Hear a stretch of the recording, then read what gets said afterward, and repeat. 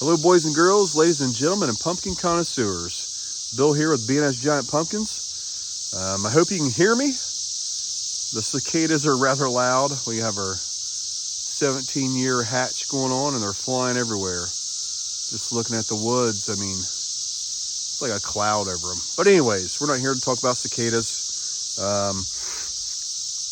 Like I said last week, I wouldn't really probably do a video unless I had something fantabulous to show you. And believe it or not, I don't really have anything fantabulous. But I will show you some a little devastation and show you where we're at this week.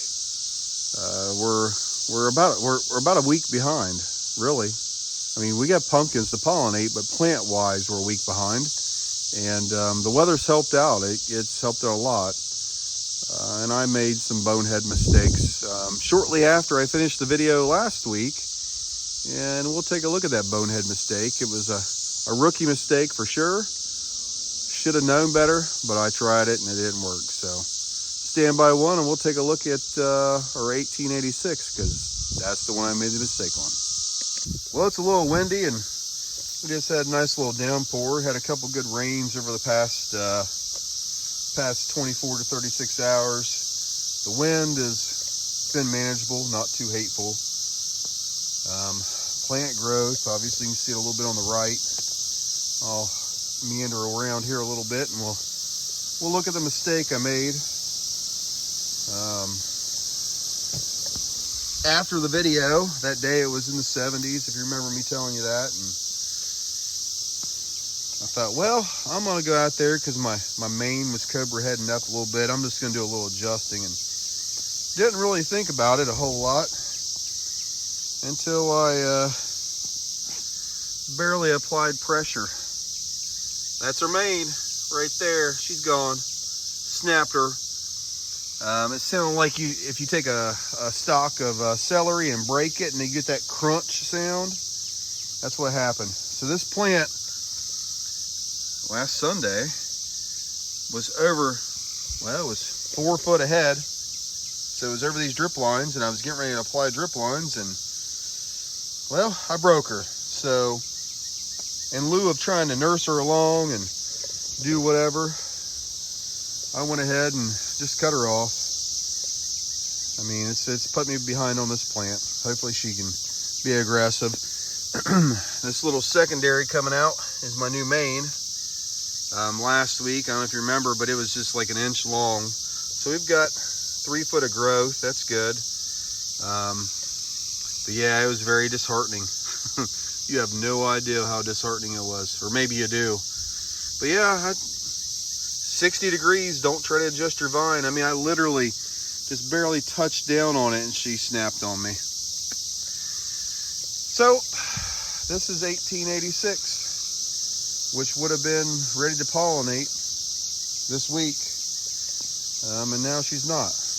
But if you want to spread your secondaries out, cut the main vine off, because of course your secondaries will sprout out, similar to like pruning a tree or topping a tree or whatever you know, anything you cut the top out of, it's going to spread out. So she's not a big plant right now. She would have been, man, she'd probably been a good 6 foot longer than what she is now. It's kind of stubby. This is a big patch, so it's kind of hard to tell. I know it's like, oh, that's a tiny plant, but this is a rather large patch. This one's a little over 1,500 square feet. It's almost, well, it's 36 foot wide and 40 some feet long. And that's where I wanted to put the pumpkin, right out there. Now we're here. So it's still a good looking plant, healthy. I mean, I'm definitely getting secondary growth now because I broke the main. So that's fine. I want enough plant behind it to push a pumpkin anyways, so. All right, enough of that sad story. Let's go look at something else. Stand by one. All right, guys, we're at patch number 2. This is our Maverick, or 2560 Ginger. Good looking plant. Looks like a nice Christmas tree growing out. See See, this patch is 28 feet wide, and I'm 3, 4, 5, 6. So yeah, we're over 20 some foot wide, and this one's coming in right, excuse me, right at 20 feet long. Right there, that drip tape is 20, so it's a little bit shorter. Good looking plant though. This is the heaviest plant I got as far as like thickness. I mean, the main is very robust. The crown is very robust. I do have a plant.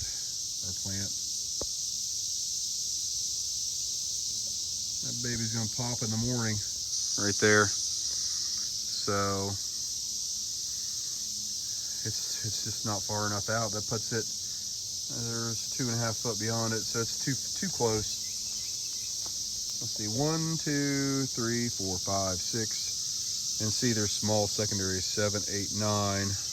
They give me 18 secondaries, but yeah, I'll pollinate it just for the heck of it. But yep, she's gonna pop tomorrow. You can see her there. See that yellow collar. If you never try to pollinate anything, if you can see that yellow in the video, that baby's gonna pop. So I'm gonna tie me some flowers on one of my other plants. I do have a baby in the nose, and this is the one I want to pollinate. You can see him in here. I don't want to fool with him too much, but he's right there. That means, goodness, I gotta push this plant a little bit harder. But I'm at least a week and a half out, week and a half, depending on how the weather goes, and if I can get some good pushing. I have started to terminate this plant already. I went ahead and terminated this one. I got one on the other side. Not looking at real wide plants. I'm looking at more length, more room to grow in the front of the plant, and that's what we have here. So that's our 2560. Like I said, nothing fantabulous yet. Stand by one. All right, guys, this is our back patch. This is our 2069 Stelts. It's about 22 foot long, 22 foot long, somewhere around there. Just going off the drip tape. I got to put more out, as you can see. We're at the end of it. Been out this morning, just kind of turning dirt over real lightly a little bit with a hoe and a rake. And this plant's it's doing well. It's actually starting to catch up, and it's getting close to where I was last year, so that's good. It's got plenty of secondaries. I counted them just a few minutes ago when I was burying. She's got 20 secondaries. A little spot out here though, right in there, where I got 2. It's kind of lagging behind, so I put a little extra juice on them, hopefully to get them to take off a little bit better. But all the other secondaries are coming out as they should, just like a Christmas tree. This plant, it does have a baby pumpkin. Let's see. Oh, maybe.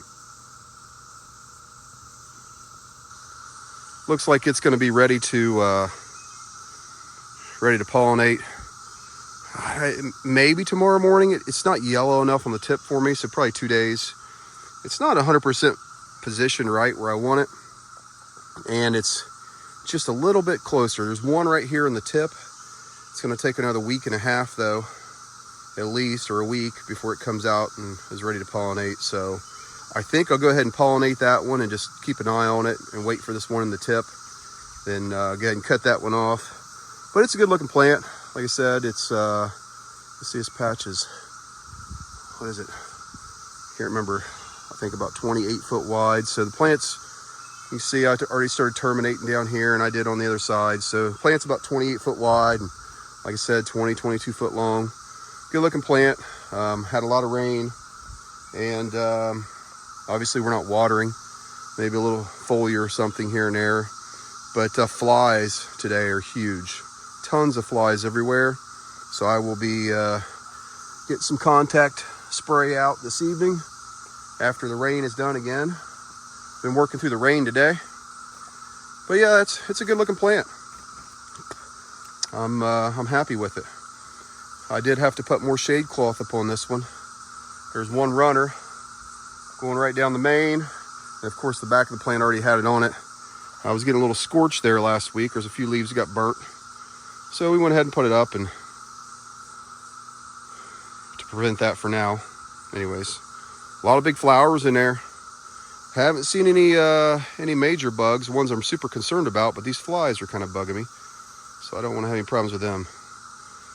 So that's it, guys, on this plant. This is the 2069 Stelts. The weather is, Mother Nature's helped us out. Pretty much concludes this week, guys. We don't have a whole lot of fantabulous information, but we're going to make some pollinations happen tomorrow, whether we want them or not. And mainly I want to see the lobes, how many lobes we got, how the pollinations take, and then by next Sunday, hopefully we have our real pollinations down. It's going to put us a little behind last year, but I'm not worried about that. As long as the weather goes and cooperates with us, we're good. So happy pumpkin growing. See you next week.